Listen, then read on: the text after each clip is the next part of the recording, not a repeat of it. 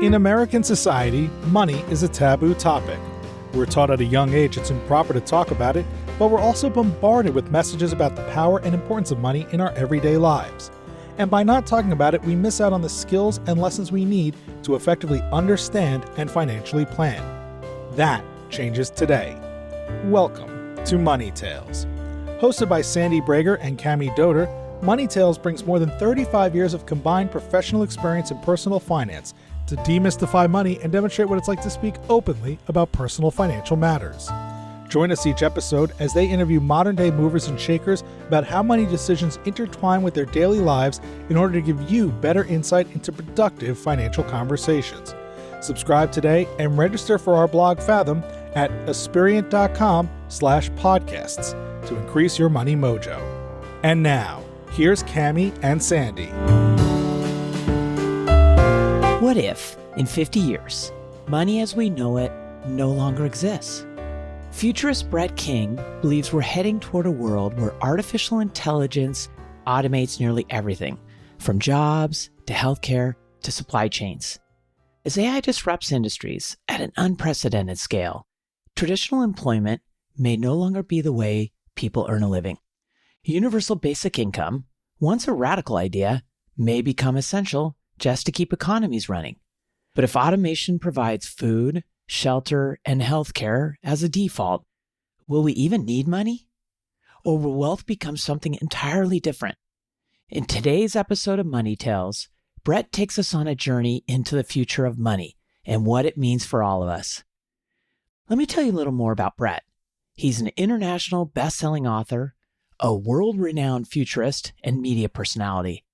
Brett hosts the world's #1 Fintech radio show and podcast called Breaking Banks, which has over 6 million listeners across 180 countries.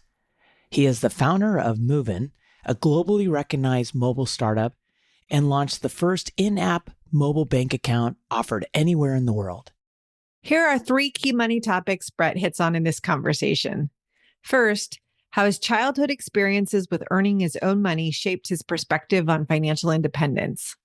Second, how an unexpected turn of career events caused Brett to step out of the business world and start writing books. He now has 7 bestsellers under his belt. And third, why legal challenges aren't just financial burdens. They can be emotional marathons every business owner must be prepared to endure. Now it's our pleasure to bring you Brett King's Money Tales. Welcome to the Money Tales podcast. I'm Cami Doder. And I'm Sandy Brager. Cami, we talk a lot on Money Tales about financial parenting, and I know you've shared some stories about your girls and their entrepreneurial spirit. I wanted to share one about my daughter because today she had her first session as a math tutor to another high school student. I was quite proud that she went down this entrepreneurial path because the whole start of this was related to a extracurricular activity she wanted to participate in, which has a pretty big price tag attached to it. My husband and I said, well, that's great. You should absolutely do this, but we think you should have some skin in the game. We thought it would be good if she covered about 10% of the cost. And she was weighing her options of how to earn more money. She has a friend who works at the local movie theater. She thought maybe she'd get a job there because her friend would put in a good word for her. Then she thought more about it and she thought, oh, I'm really good at math. I can tutor middle school students, maybe even some high school students. I could earn about 3 times as much as I could working at the movie theater. And that's what she did.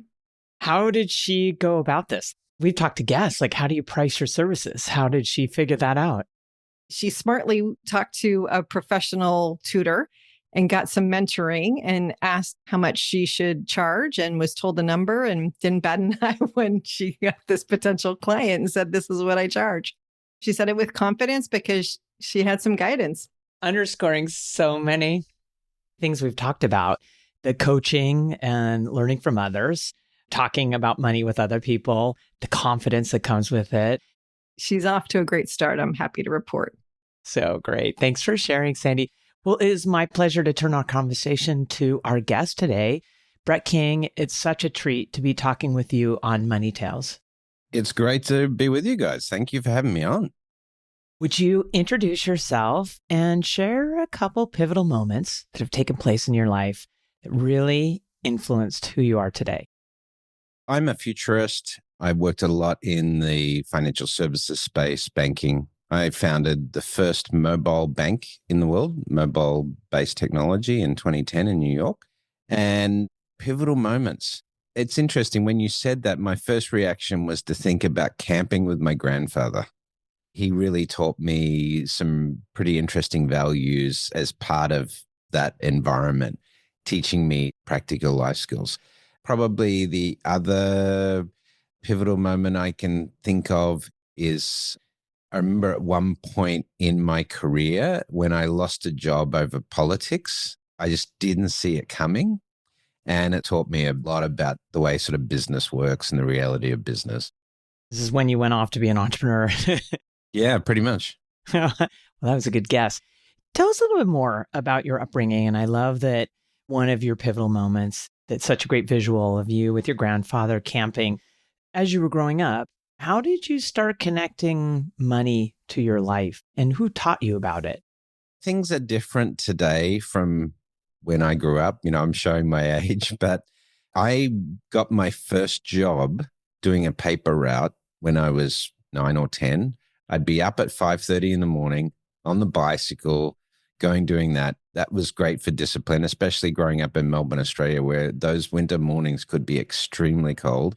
I think around 14, 15, I was working at a local butcher's, cleaning the meat trays up afterwards. And then during my school holidays, I would work at an orchard, an apple orchard. So I, from a fairly young age, appreciated the value. I think my dad in particular, he was quite entrepreneurial, generally pretty good at business, and he thought we should all be out working. So your folks encouraged this work, but you got to choose whichever one you wanted to do? I remember walking past this, we call it a drugstore in the US. We called it a newsagent in Australia. There was a sign up for boys wanted ages 8 to 13 or something. I can remember my dad going, "You should do that." And I was like, okay. That was sort of my first exposure to the concept of having my own money at that age and being able to decide what I did with that money was quite powerful in terms of a little bit of independence for me as a young lad. It was just that independence that I could have my own wallet and my own money in it now. Then, of course, it was a concept of, well, maybe you should save this money and what would you like to get? First, it was a BMX bike, and then it was my first computer, which brings me to today, being a technologist. Fill us in a little bit on that path from back then to today, because I'm curious to know, Brett, how you took those messages and learnings as a young child and a teenager and brought them forward into your life and how things ebbed and flowed. That independence meant often that from a fairly early period in my life, that my relationship to the money was that it was related to work and my parents weren't just going to give me money and I had to go out and earn it. I don't remember a lot more about that dynamic, except that I had some sort of self-determination in respect to that. And I think that lesson has stuck with me. Growing up as a teen and seeing other teens, for example, get their first car that their parents gave them and things like that, instead of my dad was like, well, you need a car to get to work. What are you going to do about that? And I was like, well, I don't have enough money to get a car yet. And he's like, well, I could loan you the money. I used to think that was so unfair because these other kids around me, their parents were buying them cars. And my dad was like, I'll give you a low interest loan. Out of the $170 a week you earn for your income, $150 goes to me. The rest goes on gas. And you've got to do your meals at home. That was how my dad helped me. He's teaching you about the credit market early in life. Exactly. And it pissed me off as a kid. I sort of respect it now. Having said that, I didn't make that decision to do that with my kids. I did want them to have that independence, but at the same time, I've sort of tried to help them out where I can. It was interesting. It's sort of different value set, I guess, and parents who grew up as baby boomers. Tell us more about losing a job from a political situation. Yeah, I didn't really see this coming at all. I knew politics existed and I was well into my career at this point. I'd had my own software business in Sydney. I spent a bit of time up in Sydney and ended up getting offered a pretty good, essentially team lead role with a software development company doing a massive SAP implementation. The company wanted me to move into a project director role. We're talking about managing an SAP implementation that was $70-80 million budget for the project. So pretty decent sized project. I remember at one point, the existing project director on the project we were working on, we had all of these delays from the client choosing, at this point, we were looking at SIBOS as the customer database component of it.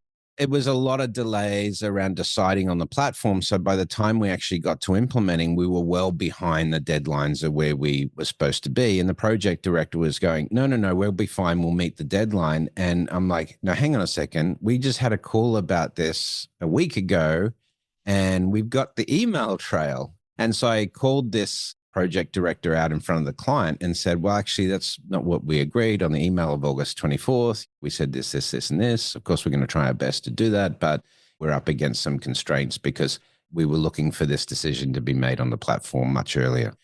2 days later, one of the guys involved in the project said, I think you should resign. I'm like, what? Where does this come from? And he's like, it's going to be better for you if you resign than what's coming next because something's going down and I don't think you're going to have any control of it. And then the next day I went into the office and I was called into HR and told that I'd been falsifying my timesheets. And I'm like, first of all, just go and ask my team about when I've been here and when I've been working, and you'll know that the timesheets are accurate. So I don't understand where this is coming from. And then I got called in the next day to the CEO and they said, we're releasing you from the contract. Thanks very much. It was one of these things where it was so transparently obvious that something was going on. What do you do? Your job is being pulled out from underneath you. I had to walk away from it and I was depressed for a month because it wasn't fair and ended up going into a role at Deloitte, one of the big four audit firms in the consulting business. That led to much better things. It led to me going to Hong Kong and heading up e-business for Deloitte for the Asia region. Ended up being a huge blessing because it put me on this international path. The big lesson I learned out of that is sometimes things happen for the better. I had a similar instance. I'd moved to Dubai in the mid-noughties, built my own digital strategy business, and I had a financial services training company. We were essentially working with the US Trade Association on providing US-based trade qualifications into the Gulf region in the Middle East. At that time, Dubai was booming and there was a lot of work. And suddenly this training business turned into something real. We were generating $4-5 million a year in training. And then the financial crisis hit. And the guy that we were working with on the licensing for these qualifications, he basically saw the money we were making. When the financial crisis hit, he got into trouble. And so he decided, because he was a lawyer, to sue us all and to try to take over the business. As a result, he destroyed both businesses in the process because he really didn't understand the business. And again, it was one of those moments. I just built this business. We were generating $5 million a year. It went down to $300,000 in 2009 in terms of revenue. It just decimated the business. This is a combination of what the lawyer was doing and the global financial crisis. But 2010, as a result of all of that, I released my first book because I took a year off from the chaos and wrote a book. I've been now an author for 15 years. I've got 7 best-selling books and really changed the trajectory of my life. So sometimes these things, even though they create immense money stress at the time and psychological stress and so forth, because, you're on this path and you're focused on this, and then suddenly you have to change the directionality. It's extremely stressful, but sometimes it can be a massive blessing in disguise. I'm glad the blessings came so relatively quickly after both of those circumstances. And I'm wondering, Brett, could you tell us more about the financial and the psychological blowback from all of these things happening at once? You have this business, it's earning a lot of money. The financial crisis hits. This person is taking over your business in nefarious ways. You're not making as much money as you were before. Were you prepared for that? And how did you make it through that time period as you were taking time off to become an author? One of the problems with being in Dubai at that time, and it's not the same now because they've fixed this, but you might have heard stories in 2009 as the financial crisis affected the United Arab Emirates. People were leaving their cars at airports and things like that and their credit cards on the dash and leaving because if you were working for a company, say, and you had a car lease or a car loan or you had a mortgage, the problem you had is you had a poor visa structure in place. If you were terminated from a job, you had 6 weeks to find another job or you had to leave the country because your company was the sponsor of your visa. They don't have this restriction now because they have the gold visa, 10-year visa. It can be independent of your employment. So they've fixed those functional issues. But at the time, if you were there for 6 weeks, you couldn't find another job and then you didn't have money coming in. So you couldn't make a lease payment or you couldn't make a mortgage payment. You could go to the bank and try and negotiate a mortgage holiday on that, but most of them would say no. So as a result, if you defaulted, then you'd be put in jail for 6 months because this was the mechanism under the debtors court in UAE. There was no bankruptcy provisions or anything like that. So people were, rather than facing that uncertainty, were just leaving and leaving their debt and so forth. So it was a bit of a chaotic process.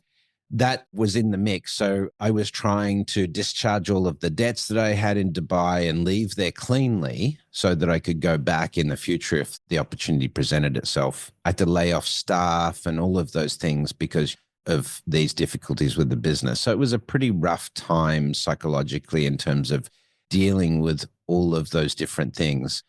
Went back to Australia for a while. I left Australia in 99. And it's the only time since I left I've been back for an extended period. But I'd already started working on the book in Dubai. And I was like, well, I've got no excuse now, head down. And I ended up going back to Hong Kong, where I had lived for 7 years prior to Dubai and had some business that I was able to generate in Hong Kong. And I had a very good dear friend who let me stay at his apartment.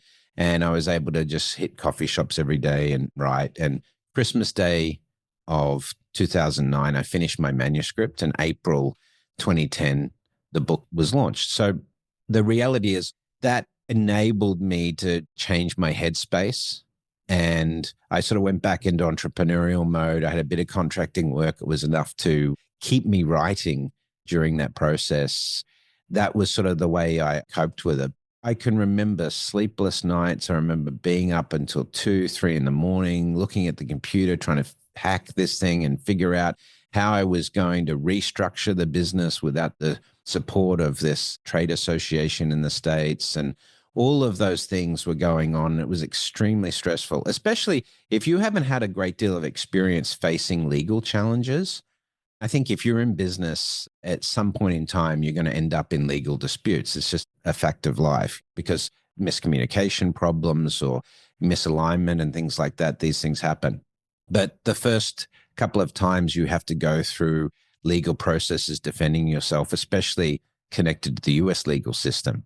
It's so stressful because you don't have a lot of power over it. You have to use these external advisors, lawyers to sort of try and help you. That's extremely expensive. At the same time, this guy, because he was a lawyer, thought he could get away with all sorts of stuff. He also fancied himself as a bit of a web guy. At the time, he built 170 websites to create search engine optimization to essentially destroy my reputation because he wasn't getting what he wanted. It was just chaos. So you not only got the loss of income, in this case, I had this reputational risk, and it cost me $300,000 to resolve that through the courts with this guy. And I was successful in terms of getting a settlement, getting rid of the libel and all of that stuff. But that was such an expensive lesson. Expensive in so many ways. Gosh, you've talked money, emotion, and these stories. I feel like I'm on a roller coaster, but what I'm appreciating is this reminder that as you zoom out, hopefully things come out, we learn from this and we move forward. Brett, in your introduction, you shared that you're a futurist and you've got this really cool neon sign behind you, futurist, that the listeners can't see, but hopefully can imagine. Describe how one becomes a futurist and what does that mean to you? A futurist, sometimes called a futurologist or a super forecaster, or We have a few different names, but I'm really interested in the transition that humanity will make to go into the future. That path is often fractious and contentious because the old systems have sort of dug in to try and defend themselves. But if you look at particularly technology adoption, you look at that over the last 300 years, have this cycle where technology advances in innovation essentially unstoppable. You can't find an example of a single industry or a single model of operation that has remained immune from technology disruption over the last 300 years. Steam machine, electricity, the factory production line, whatever you want to point to, computers. But every time you'll have traditional industries and incumbents try and defend their space. And the biggest example of that right now that we've seen over the last few decades, of course, is the fossil fuel industry globally, which has had a very clear role in creating the climate crisis that we're in and all of the mechanics that are going on to defend that status quo. It's ultimately indefensible and it's ultimately going to have to change. It's just a question of how quickly that happens. And you can see that happen now. You can see that happening with artificial intelligence. I started in the career as a technologist that was right on the leading edge of all the great new technologies that you could bring into business to improve. And I applied that skill. So I was looking at the next 12, 18 months. Then it became the next 3 to 5 years. I always was a little bit of a frustrated science fiction author. My first book I wrote and never published it was actually a science fiction novel about Mars gaining economic independence from the Earth due to technological development and stuff like that. Spy versus spy thing.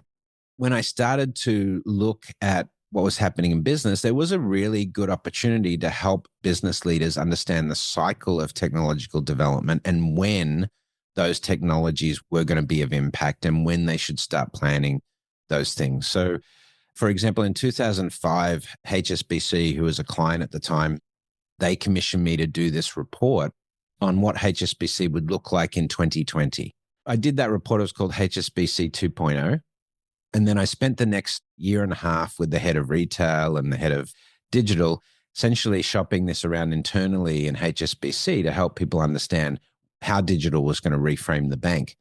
But I met so much resistance in that process that I realized that here we have one of the biggest banks in the world in the 80s and 90s that just is not prepared for this. And that was the aha moment that there is a market for this in terms of helping organizations be future-proof or future-ready when they're intellectually not able to comprehend of the level of changes or level of disruption to the business model.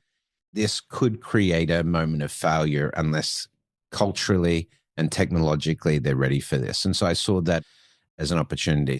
I was always interested in the sci-fi stuff and long-term futurism, but then I had to learn that art of I can understand the trends and I know where the tech is going and how quickly that's likely to go, but how can I forecast that from a business impact perspective? That's the methodology that futurists use for, we don't call them predictions, more forecasts. It's that super forecasting approach. So I sort of learned that on the fly, but I had really good people around me and that launched my career in a different direction. But this makes me wonder, with all this studying and research and forecasting and projecting you're doing, what do you see as the future of money and people's relationship with money as we look out over the next 15 years? It's going to change significantly. Within 15 years, we're going to start to see some pretty significant changes. Within 50 years, I have a real question as whether money, as we think of it today, will even exist, primarily because of artificial intelligence. One of the things you'll hear a lot of discussion about as AI, agentic AI, and other elements of AI come into our world is this concept of technology displacement or technology unemployment produced by AI. The diehard capitalists, because they're so committed to money in the system, will say, yeah, but hang on a second. Every time we've developed new technology, we've always found new jobs to replace the old ones. This is the capitalist rule book 101. But we've never had a technology like artificial intelligence that can disrupt every industry, from blue collar to white collar workers, in such a short period of time and affect multiple industries: healthcare, transportation, supply chain, everything you can think of. Lawyers, accountants, doctors, we're all going to be affected by this tech.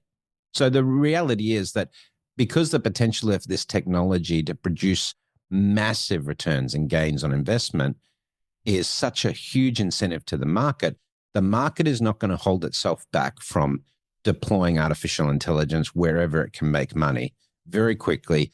The potential for technology employment is extremely high, which is why you hear Zuckerberg, Musk, Bill Gates, and so forth talk about universal basic income as a solution set. And we saw the first inklings of that with the stimulus payments during COVID and things like that.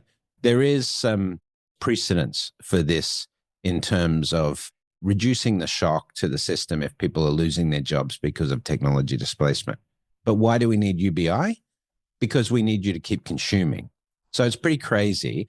But if you think about how money works in our system today, the only way an economy can distribute money to people in the economy is through work, through employment, or through social safety net and social aid. But the bulk of wealth distribution happens by, we'll give you a job, you get paid, and there's a lot of debate around what you should get paid, if there should be a minimum wage, et cetera. But that's the mechanism the economy has. If you can't get a job because all the jobs are being taken by AI, then either you starve, and that could be a very large percentage of the population, 40 to 50% of the population displaced quite quickly within the next 20 years by technology, or you have a safety net, UBI, socialism. The reality is, if we're left in the capitalist system with, we don't pay you and the system collapse, or we keep paying you to consume with UBI, then that's a better solution. So that's the most likely outcome. And this is why you hear a lot of talk about this. The more automation you put in the system, the better AI gets at running our systems, running our cities, running our supply chain, running our health system, et cetera, because it'll be better than the system we've got currently. The more automation you put in the system, the less people will have the need to work as they do today to earn money. You'll have immense wealth being generated by AI. And the idea is we'll tax robots or algorithms or companies that use that tech, and we'll use that income that we receive at a national level and distribute it for UBI. Raises lots of questions too about how the UBI payment amounts get determined and what happens to the wealth of people. Oh, yes. Is it enough for you to just survive? Will people have to supplement it with gigging work or whatever, building their own startups? And this is what you'll hear. But if you play that out for 40 or 50 years, if this material change happens, then you really will have a stratification of people who own the assets and the tech and the corporations that are automated, and all these people on basic income that can't get out of that economic malaise. Ultimately, I think in highly automated societies in 40 or 50 years' time, money as we have it today won't exist. And I think it'll be more of, there may be some other means of value exchange, but ultimately the technology will allow us to provide you with food, shelter, education, healthcare, and all of those things as just an automated function of the society at a very low cost. There's a big debate about this in the States over the size of government, but AI really is the way to fix the size of government and make government massively more efficient. Not Doge, I'm afraid. That's not the long-term solution. Fascinating. Brett, tell us, what's your next money conversation going to be, and who is it going to be with? I am having a call in about 25 minutes with a team that I've been mentoring. We're coming up to a point where this company is going to need some investment. So I'm going to be talking about their runway. I'm going to be talking about how they can maximize the use of the cash they've got and what we need to do to get the next tranche of cash in from potential investors and what we have to do to prepare for that. So that's a discussion I should be having very shortly. What a fun conversation. And then, of course, talking with them about the future. Wow, Brett, this has been amazing. Would you share with our listeners, where's the best place for them to find you?